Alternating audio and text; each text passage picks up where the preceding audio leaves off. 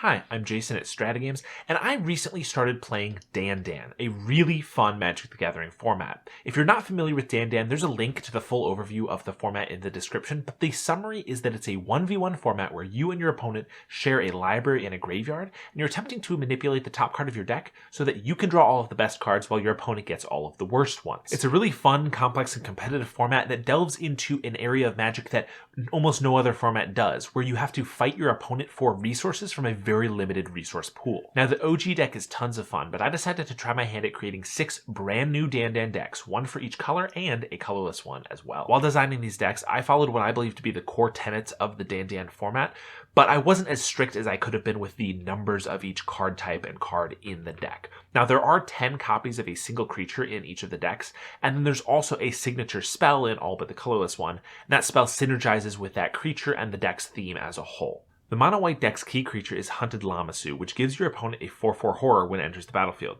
So the point of the deck is to mitigate or entirely avoid that downside. The main way you do this is by manifesting the top card of your deck. If it's a Hunted Lamassu, you can turn it face up for its cost later, and you never have to give your opponent a horror for doing so. The signature spell of this deck is Flicker of Fate, which is extremely versatile.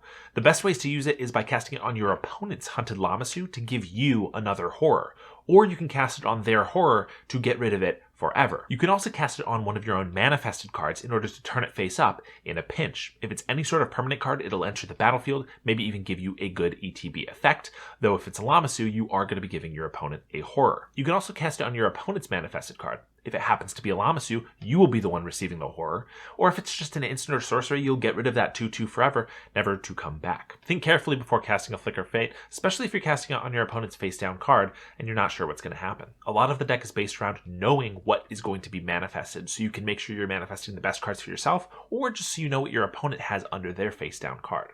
You can do this through scrying, or cards like Oust, Unexpectedly Absent, Lapse of Certainty, and a Lens of Clarity is going to tell you what's happening at all times. One of my favorite cards in the deck is your Ambushed on the Road, which can allow you to reclaim one of your manifested cards, allowing you to cast it even if it's an instant or sorcery, but also the +1/+3 buff that it gives is just really cool numbers for the deck. It allows a manifested card to survive blocking or being blocked by a horror. It allows a horror to eat a Lamassu that's blocking it. Or it allows any creature that's blocked or being blocked by a creature of the same type to win in that combat. One of the most important things that I think about designing these decks is when looking at the original DanDan deck, you need to separate the format from that deck. That deck is built all around manipulating the top card of your deck, being able to predict what it is, and draw the cards that you want. But that's not what the format needs to be. You don't need every single deck to be fighting over the top card of your library.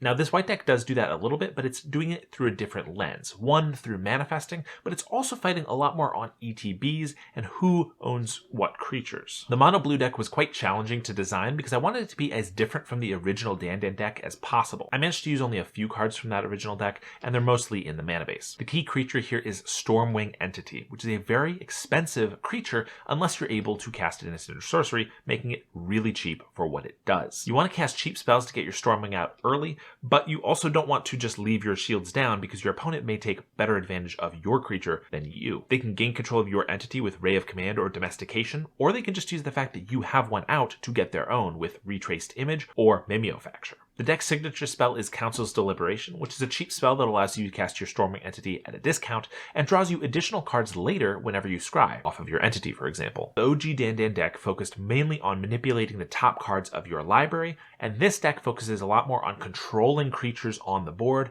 and the graveyard. In addition to the 4 Council's Deliberation, cards that care about the graveyard are Artful Dodge, Set Adrift, Commit to Memory, and 4 copies of Mission Briefing, which allows you to use any of the spells that you've cast throughout the game over again, unless your opponent happens to respond with the mission briefing of their own in order to snag the card that you were just about to cast. You can also protect your creatures from removal or capture with March of Swirling Mists, Slip Out the Back, or String of Disappearances. One of the best parts about this deck is that the prowess on the entity makes for really interesting combat. In addition to the fact that you can attack into your opponent's entity, and just if you have more spells to cast than them, you can probably get through or kill their creature, but you also have a lot of other minor battles that you're fighting over throughout the game. Like for example, if you've domesticationed their Stormwing entity, you trigger prowess and you're going to lose that Stormwing at the end of turn, so you better make it worth it. But you can offset domestication's sack clause with a chain to memory, reducing the power of your creature for the turn. Having a Stormwing means your Stubborn Denial turns from a soft counterspell into a hard counterspell. There are just a lot of little things like this that you get to fight over, and it is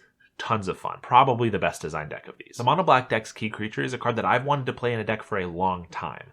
Nixithid. It's a very cheap, big creature that shrinks the more cards your opponent has in hand, totally dying off if they happen to have a full grip of 7 cards.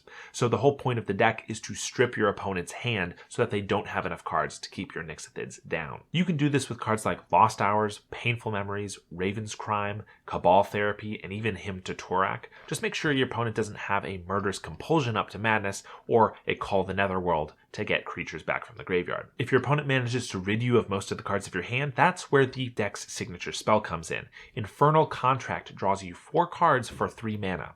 And half of your life total, which is a significant price, but maybe it's worth it if you're able to kill off or even just shrink all of those Nixithids by a significant portion. Just be careful not to take too many contracts. After taking 2, you're going to have 5 or less life, which means you're not going to be able to pay for a dash hopes that your opponent may have been holding. If all your Nixithids have died, then you can get them back with Revival or Unearth, but be careful that your opponent isn't messing with the graveyard with Tassiger's Cruelty, Misinformation, or Bone Harvest. Finally, Ob Nixilis is a way to kill off your opponent's Nixithids and start pressuring their life total, but be careful not to give them too many cards lest your own Nixithids pay the price. The Mono Red deck's key creature is Underworld Ragehound. Now this may seem a little lackluster in comparison to the creatures for other decks, but it's actually a lot more interesting than you might think initially.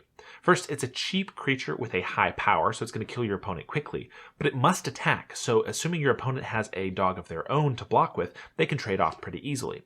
But those dogs don't stay down for long. Then they just escape and they suddenly go from 3 1s to 4 2s, doubling their toughness. Most of the ways we have to deal damage in the deck only deal a single point of damage, which means you can kill off a Ragehound that's summoned from the hand pretty easily, but once it's escaped from the graveyard, it suddenly takes 2 removal spells to be able to take it down. In order to return from the underworld, our Cerberuses are going to need a lot of fuel for their fire. The deck's signature spell, Cathartic Reunion, allows you to dig for more cards while filling the graveyard with junk for the dogs. Now, the dogs must attack, but the question is, how far is the combat phase going to progress? Once it attacks, you can just try to drop some burning oil on it, but if it runs amok, you're going to be in some serious trouble. You can block it with your own Ragehound, but then if they cast Team or Battle Rage, you're not going to win that fight.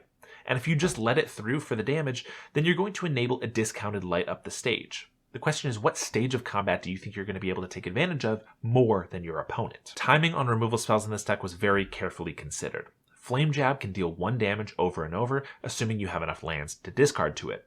Mutiny can take down even an escaped dog pretty easily, assuming your opponent has 2 or more creatures to fight amongst themselves. And Tremor deals 1 damage to every creature on the field, wiping both your own dogs as well as your opponent's. As for instant speed spells, Burning Oil is restricted to the combat phase where your opponent may be ready for it.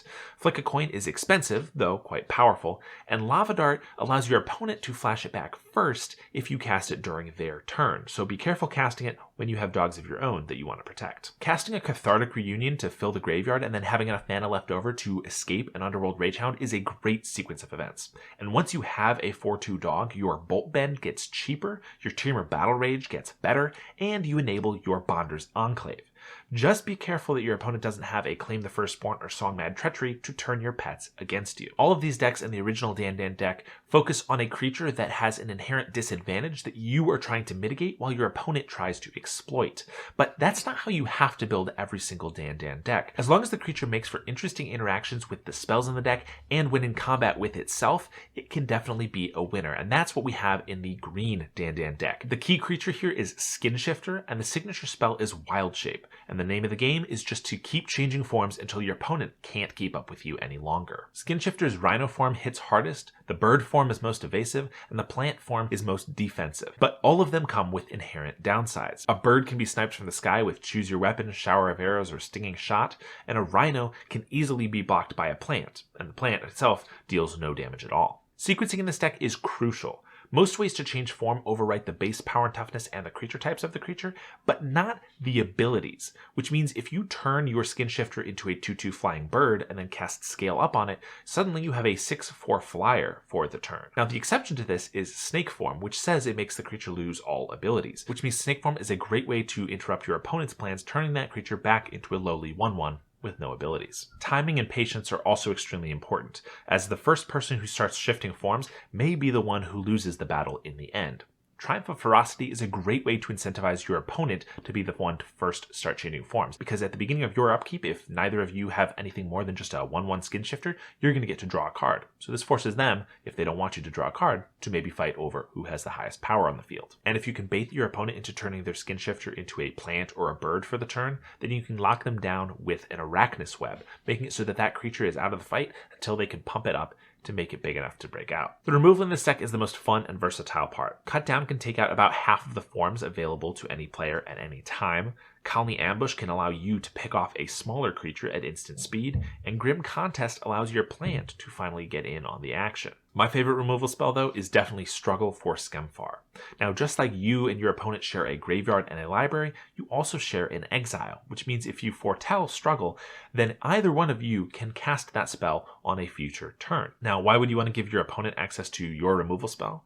Well, if you have enough ways to pump up your own creature, especially for free, like Invigorate, then you can get your opponent to invest their turn and their mana into potentially killing their own creature.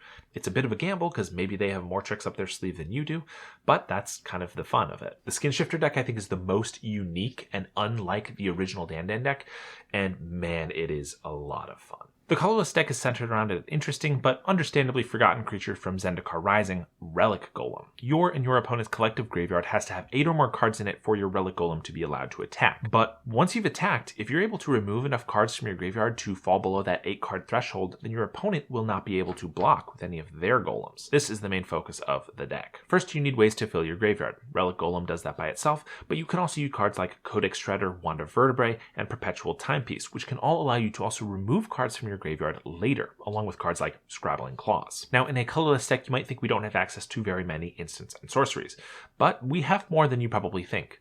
In addition to Expanded Anatomy, Titan's Presence, Warping Whale, and Spatial Contortion, we can also use 8 copies of Corrupted Crossroads to allow us to get a whole swath of Devoid spells. This gives us access to counter spells, removal, hand disruption, protection, tempo, threaten effects, just like real colors get. We also get a ton of utility lands, which allow us to draw cards, reclaim our fallen golems, make our golems a little bit bigger, and tons of other effects like filling our graveyard. This has undoubtedly been the hardest of the decks to design, and it still might need some work, but I'm pretty happy with where it's sitting. The Devoid spells were not in the initial iteration of the deck, and they make it way, way better. And those are my 6 DanDan decks. They were tons of fun to build, tons of fun to play as well, but a lot harder to build than I thought they were going to be initially. There's a lot of intricate things you don't necessarily think about when you're first putting the decks together that you run into on some playtests. But if you have any comments for the decks that I made, or if you've made any of your own DanDan decks, please leave them in the comments below. I would love to take a look at them, and always appreciate your feedback. So thank you so much for watching, and I will see you next time.